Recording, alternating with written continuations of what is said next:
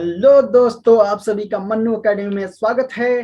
तो आज मैं आप लोगों के बीच पैरेललोग्राम टॉपिक लेके आया हूं, जिसमें कि हम डिस्कस करेंगे बेसिक कंसेप्ट्स के बारे में कि पैरेललोग्राम क्या होता है और ये कितने टाइप्स के होता है। तो बिना कोई समय वेस्ट किए पहुंचते हैं अपने टॉपिक के ऊपर। So now let's move on topic. तो हाँ जी दोस्तों, अपने टॉपिक के ऊपर आ चुके हैं, जिसमें कि हम डिस्कस करेंगे पैरेललोग्राम।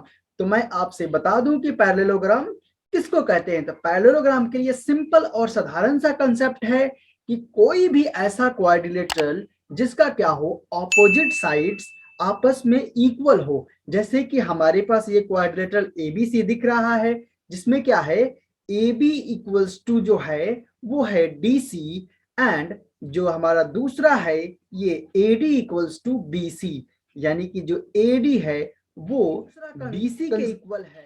एंड जो दूसरा कंडीशन है, इसके ऑपोजिट साइड्स आपस में अगर पैरेलल हो, यानी A B parallel D C and A D parallel B C हो, तो आप कह सकते हैं ये जो क्वाड्रिलेटरल है वो एक पैरेललोग्राम है। बड़ा ही सिंपल और साधारण सा कंसेप्ट है कि कोई भी ऐसा क्वाड्रिलेटरल जिसके ऑपोजिट साइड्स आपस में इक्वल हो और पैरेलल हो, so you can say that this is called parallelogram. और पैरेललोग्राम में पहला जो फॉर्मूला है, यहाँ पे आपसे पूछा जाता है कि पैरेललोग्राम का एरिया क्या होगा।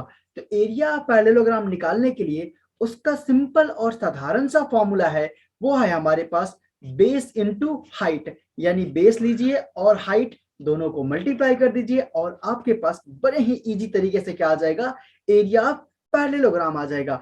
तो आइए हम इसको एक एग्जांपल के माध्यम से समझते हैं। मान लीजिए हमारे पास ये एक पैरेललोग्राम है एबीसीडी, जिसका बेस हमें दे रखा है 6 मीटर और इसका एक परपेंडिकुलर हाइट है, वो कितना दे रखा है हमारे पास 10 मीटर। और आपसे कहा जा रहा है कि आप निकालिए area of parallelogram. Area of parallelogram ABCD का अगर आपसे एरिया पूछा जा रहा है, तो इसके लिए सिंपल सा फॉर्मूला यूज कीजिए, बेस इनटू हाइट।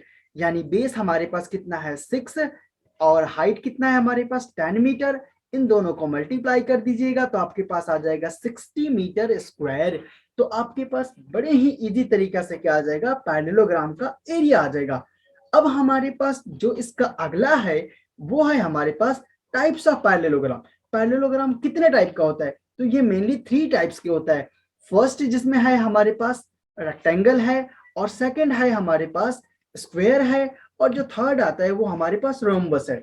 तो आपको पता ही है, अभी हमने क्वाड्रिलेटरल में जस्ट समझे थे कि रेक्टेंगल क्या होता है, स्क्वायर क्या होता है और रोम्बस क्या होता है। अगर आपने हमारे क्वाड्रिलेटरल का लेक्चर नहीं देखा है तो आप पहले जाके वो हमारे लेक्चर्स को देख लीजिए, जिससे कि आपको सारे कंसेप्ट क्लियर हो जाएगा। और मैं आपको यहाँ पे आई बटन क्लिक करके भी यहाँ पे देख सकते हैं कि क्वाड्रिलेटरल कितने टाइप्स के होते हैं, उसमें ही मैंने ये तीनों चीजों को समझाया है। तो आप बिना कोई समय वेस्ट किए आप फटाफट क्लिक कीजिए और जाके वहां पे देख लीजिए।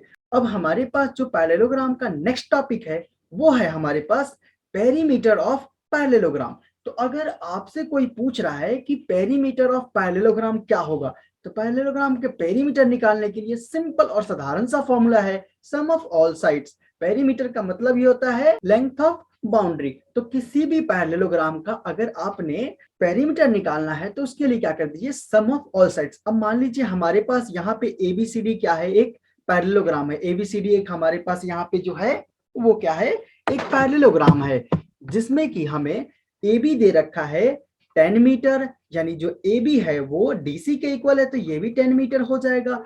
और जो ए डी है ये है हमारे पास 20 मीटर, यानी जो डी सी है, जो ए डी है वो बी सी के इक्वल हो जाएगा, यानी ये भी 20 मीटर हो जाएगा।